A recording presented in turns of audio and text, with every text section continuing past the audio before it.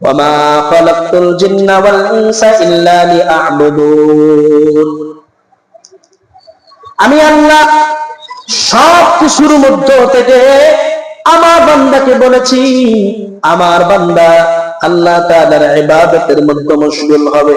কিন্তু যেই বান্দা আমি আল্লাহর ইবাদতের মধ্যে মশগুল হইল না, ওকে যদি আমি জান্নাত নাই দিতে পারি, তাহলে ওর জন্য একটা জাহান্নাম তৈরি করো, যেই জাহান্নাম সায়াসলা নারা, প্রজ্বলিত আগুন, যেই আগুনটা এত বিশাল এবং ভয়ঙ্কর। আল্লাহ রাব্বুল আলামিন ফেরেশতাদেরকে বললেন, ও ফেরেশতা, যারা জাহান্নামের কাজ করবে, যারা জাহান্নামে যাবে, তাদেরকে এই আগুনে জ্বালানো যাবে না, তাদের জন্য 1000 বছর ধরে আগুনটাকে জ্বালাইতে থাকো। বলেন নাউজুবিল্লাহ।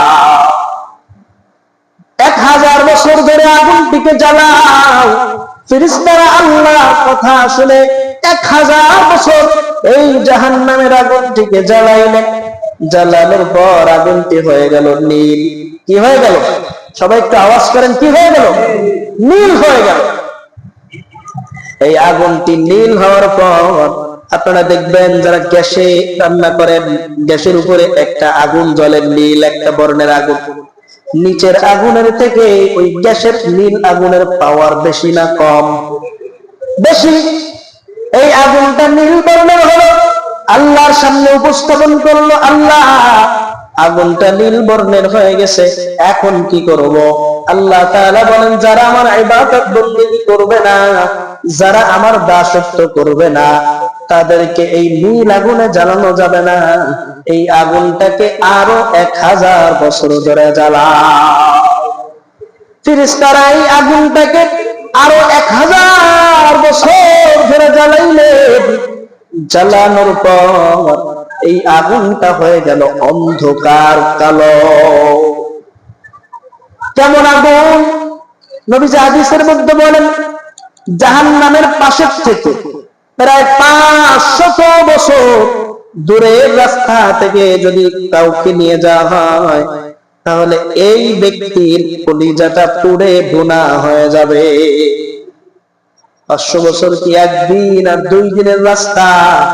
500 বছর দূর থেকে যদি এই অবস্থায় হয়, আল্লাহ তাআলা আবু লাহাবকে বললেন, তোর জন্য আমি আল্লাহ এই আগুনকে বরাদ্দ করে রেখেছি। আর যারা আবু লাহাবের উত্তরসূরি আছে, আর যারা আবু জাহেলের উত্তরসূরি আছে, আর যারা ফেরাউনের উত্তরসূরি আছে, তাদের জন্য কি একই আগুন নাকি ভিন্ন আগুন? একই আগুন। যারা অন্যের মাল ঠকায় খায়, যারা অন্যের উপর জুলুম করে, যারা ইসলামের দাওয়াত দিতে গেলে বাধা দেয়, এরকম লোক আছে না নাই? সবাই বলেন, আছে না নাই? হক কথা বলতে গেলে বাধা দেয়। ওই যে আবু লাহাব, আল্লাহর নবী হক কথা বলেছিল দিবে, আল্লাহর নবীকে অভিশাপ দেওয়ার কারণে আবু লাহাবকে আমার আল্লাহ নিজে অভিশাপ দেয়। শুধু তাই নয়, তার স্ত্রী জামিলা আল্লাহর নবীর রাস্তায় বুড়ি মহিলাকে ফিট করে যখন কাটা বিছাইতে লাগলেন, আল্লাহ রাব্বুল আলামিন সাথে সাথে স্ত্রী জামিলাকে আল্লাহ তাআলা ধ্বংস করে দেন। অতএব সাবধান হও মুমিন, নিজের ধন সম্পদ নিয়ে অহংকার করো না। এই ধন সম্পদ আর অহংকার, এটা বেশি করো না, বরত্ব করো না। কারণ অহংকার আর ধন সম্পদ এক নিমিষেই ধ্বংস হয়ে যেতে পারে কি পারে না? সবাই বলেন, পারে কি পারে না? অতএব অহংকার করা যাবে, অন্যের উপর জুলুম করা যাবে, অন্যের উপর অত্যাচার করা যাবে না। কারণ আপনি আজ কোটি টাকার মালিক, মুহূর্তের মধ্যে আল্লাহ আপনাকে রাস্তার ফকির করে দিতে পারেন কি পারেন না? আল্লাহর কাছে সবই সম্ভব। আল্লাহ তাআলা বলেন, দুনিয়ার সব মানুষ ফকির, আল্লাহু হুয়াল গনিয়ুল হামিদ, একমাত্র আমি আল্লাহ ধনী। বলেন সুবহানাল্লাহ।